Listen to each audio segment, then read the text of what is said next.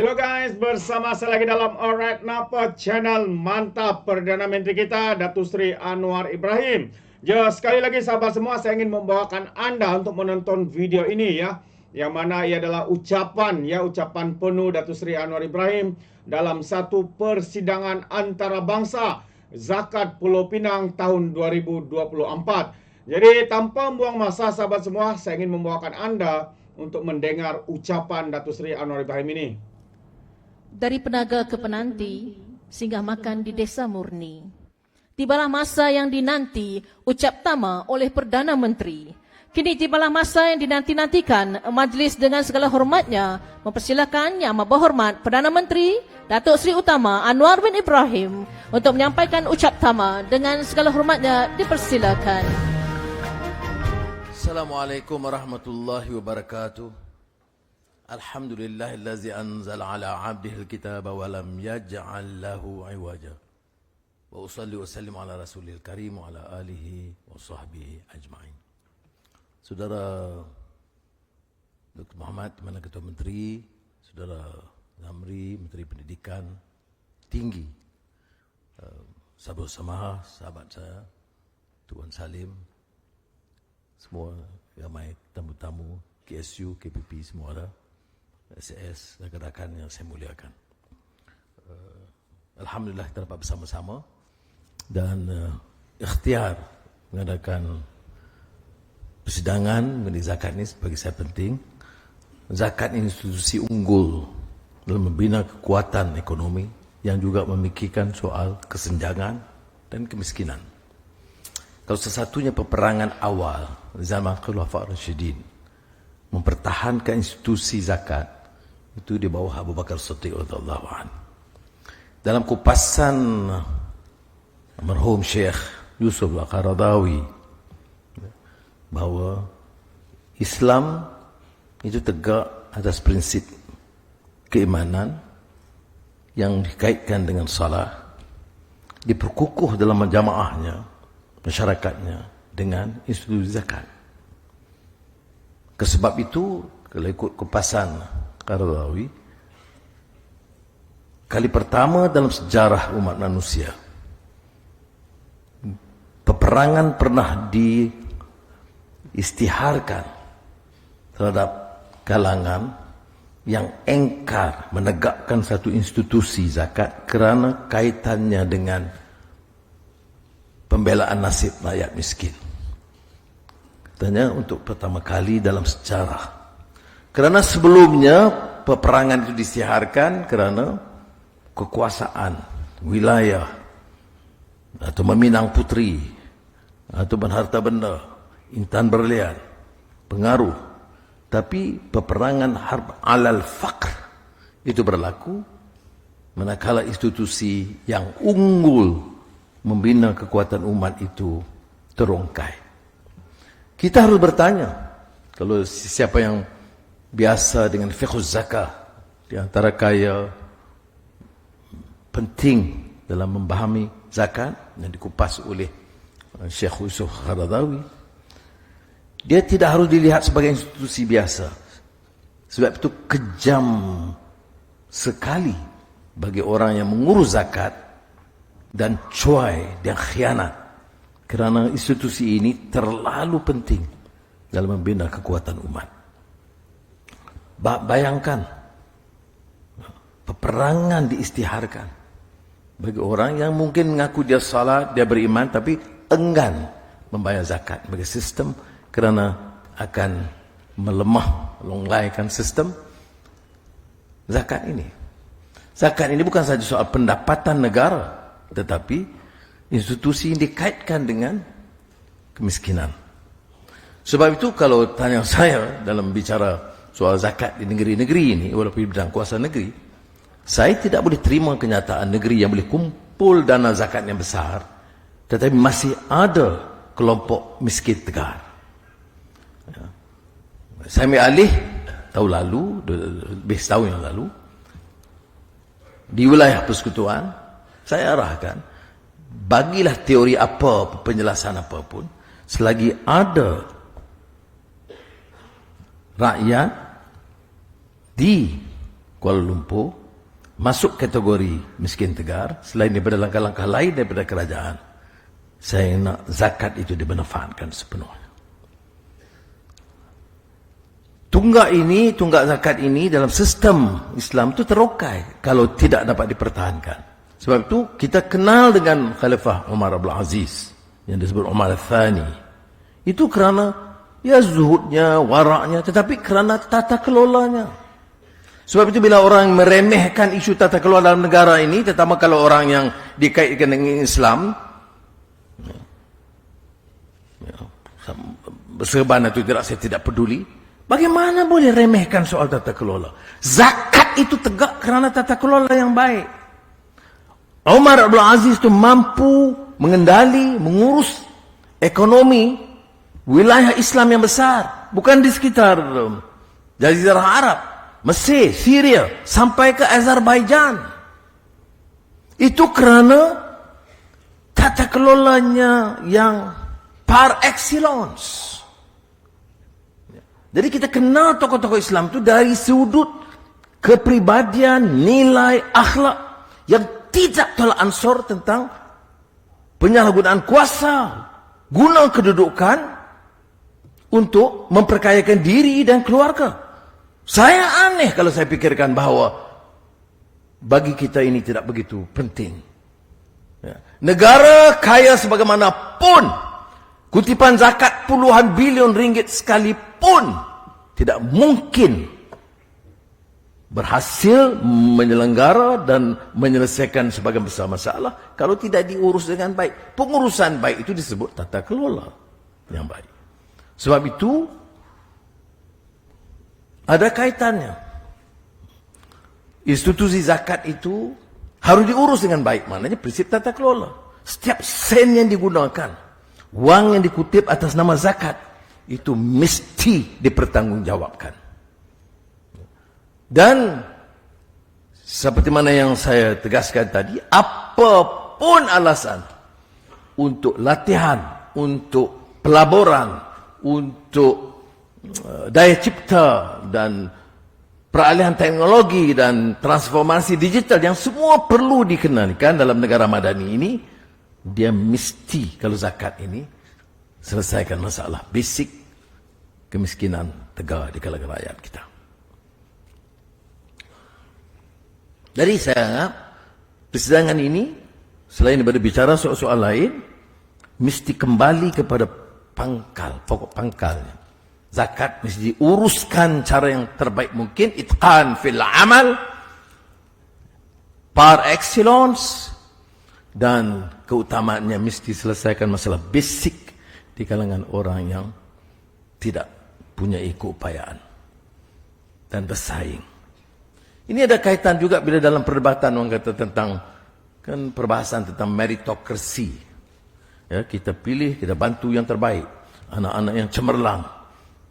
Dan ada perdebatan. Ya, kita pilih. Tetapi dia lupa.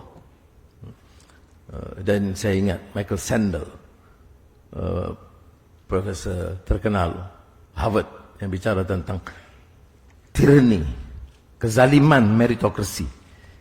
Kerana meritokrasi itu, yang mana yang paling cemerlang, itu dipilih dan umumnya 99.9% dari sekolah terbaik, dari keluarga yang pendidikan tinggi dan kedudukan terbaik. Latihan terbaik. Jadi kesenjangan itu berterusan. Digital transformation itu kalau tidak dipastikan diperoleh oleh golongan peringkat yang miskin dan pendapatan rendah, dia akan menyebabkan kesenjangan lebih melebar. Kesenjangan yang terus melebar di bawah pengawasan kita tidak berarti kita mampu menegakkan keadilan. Menegakkan keadilan itu berarti mengurangkan kesenjangan, bukan melebarkan terus. Dan maknanya kalaupun institusi zakat memikirkan selain daripada membasmi atau menoktahkan kemiskinan tegar, memastikan golongan yang di peringkat rendah ini miskin itu diberikan kemudahan termasuk dalam bersaing dalam masa yang mencabar dan memerlukan kecanggihan melalui teknologi maklumat dan lain-lain. Sebab itu saya kata yang Profesor Sandel's argument in this tyranny of meritocracy itu mengungkit hal kesenjangan kerana tidak ada apa yang beliau sebut sebagai a conscious effort.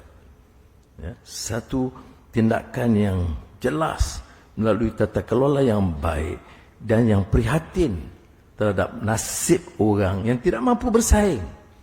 Ya. Kita dalam sistem pendidikan kita pun begitu kan. Ya. Anak-anak cemerlang di sekolah terbaik dan tentunya dari sekolah yang terbaik.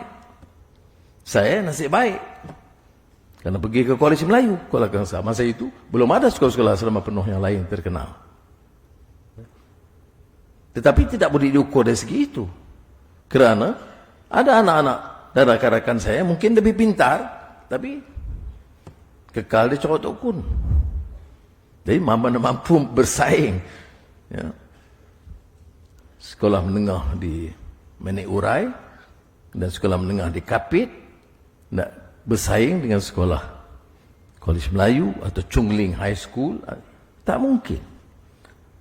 Sebab itu langkah-langkah dalam perancangan kerangka pemikiran pengurusan zakat itu harus memikirkan semua ini. Bagaimana dengan dana zakat selain daripada usaha lain daripada kerajaan itu boleh mengurangkan kesenjangan yang berlaku. Cuba saya lihat kerana zakat institusi terlalu penting. Bayangkan di zaman Omar Abdul Aziz yang sebut tadi ya, dari Jazirah Arab sehingga ke Azerbaijan, dia perintah 2 tahun 3 bulan. Sebab tu orang kata, ni nampak kejar sangat ni dengan umur yang agak lewat sekali dekat ya dengan Datuk Wan Salim.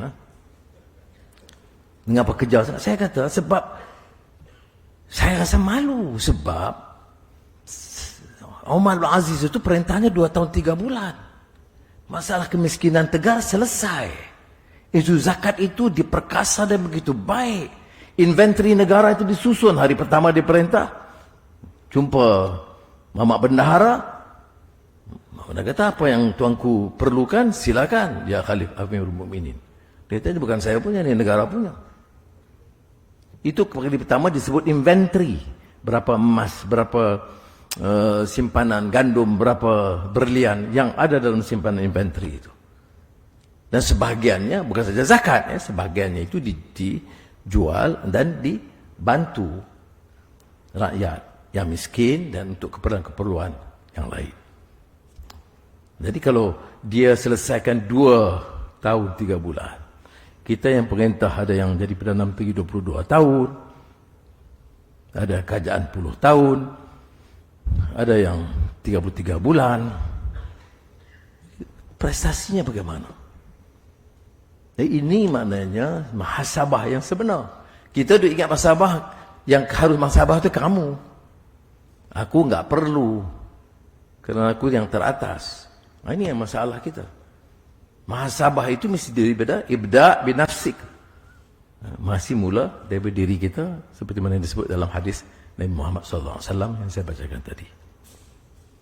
Jadi sudah dalam soal zakat tadi, ya, bayangkan 2 tahun selesai masalah kemiskinan tegar di satu wilayah yang besar yang menembusi beberapa benua di bawah Umar Abdul Aziz. Jadi kita yang katakan ini contoh dan teladan, tak malukah kita? Tidak terasa bersalahkah kita kalau tidak memikirkan dan berbuat sesuatu?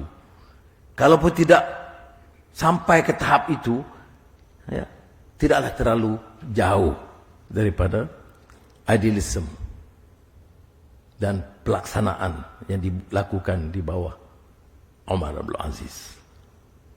Ya. Saya ingatkan yang saya turut baca, mufti boleh betulkan kalau silap, laporan yang mengatakan Gubernur Azerbaijan menulis kepada Omar Abdul Aziz, "Ya Amirul Mukminin, masalah kemiskinan tegar selesai di wilayah saya. Bagaimana mampu kita manfaatkan dana ini? Saya cadangkan untuk sama ada dia atau daripada Umar yang kemudian mencadangkan, oleh kerana selesai kamu bertanya kepada Allah Ta'ala, betul tidak? Bila saya dapat laporan Kuala Lumpur, Selangor, Negeri Sembilan dan Melaka, bukan Perak belum lagi, katanya masalah kemiskinan tegar tu hampir selesai 100%. Maka saya beritahu Komiti Besar apa yang Umar Abdul Aziz beritahu kepada Gubernur Azerbaijan. Are you sure? Dia cakap bahasa Arab lah. Are you sure? Because you are finally, ultimately responsible to Allah SWT. But if it's true, Alhamdulillah. Dan gunalah wang itu, mungkin di antara cadangannya, membiaya anak-anak muda yang nak kahwin, yang tak cukup wang. Zamri yang dah kahwin bukan, tak termasuk golongan ni, yang belum. Jadi, itu umpamanya ya. Itu sebagai contoh. Tapi ini bagi saya spektakular. Orang kadang-kadang bicara ini soal jihad, menyerang orang, pelaksanaan syariah. Dia guna itu slogan-slogan. Dia lupa bahawa kejayaan Islam itu termasuk dalam pelaksanaan tata kelola yang baik, yang praktik ini. Jadi, pengalaman ini harus kita manfaati dengan melihat bagaimana mampu kita melakukan apakah dalam seperti mana disebut dalam fiqh zakah yang bukan dimensi tapi pelbagai dimensi. Ya. Tetapi dengan target yang jelas untuk membantu rakyat yang ketinggalan, sama ada terpinggir dan tersisih di arus pembangunan. Dan tadi Zamri sebut dalam zaman kami dulu, zaman dia kemudian sikit lah, ya, kita bicara soal Najatullah Siddiqi, Profesor Mannan. Profesor Mannan tu ada jadi menteri, saya tak tahu dia tak ingat lagi. Dia pernah menekankan bahawa zakat ini betul, it's an economic agenda, it is a social agenda, tetapi lebih utama daripada economic dan social agenda, it is an Islamic, religious, spiritual agenda. Jadi tuntutan itu begitu diutamakan di dalam kupasan Mannan. Jadi pakar-pakar yang ada di sini, saya hanya bagi matan saja, syarahnya sudah lebih arif, tapi dekat dengan hati nurani dan jiwa saya. Harus sesuatu penambahbaikan yang harus dilakukan segera, kerana soal negara yang makmur dan maju, tapi kemiskinan tegar itu masih ada, dan ada beberapa target. Sebab tu saya kata bila saya ambil alih jawatan, pengumuman pertama saya, noktahkan kemiskinan tegar. Ya. Dan setakat ini yang saya kata yang berhasil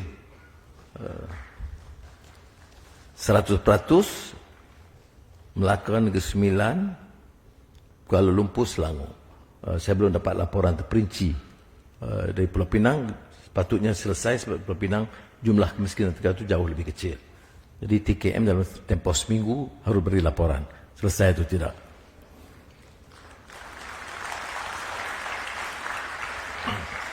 Dan selepas itu, untuk tahun lalu saya kata ini sekolah anak-anak kita, sekolah kebangsaan, baik sekolah Tamil, sekolah Cina, sekolah agama, tandas yang tak terurus. Jumlahnya hampir 1 bilion ringgit. Tapi kita selesaikan pembinaan tandas 8,600 lebih.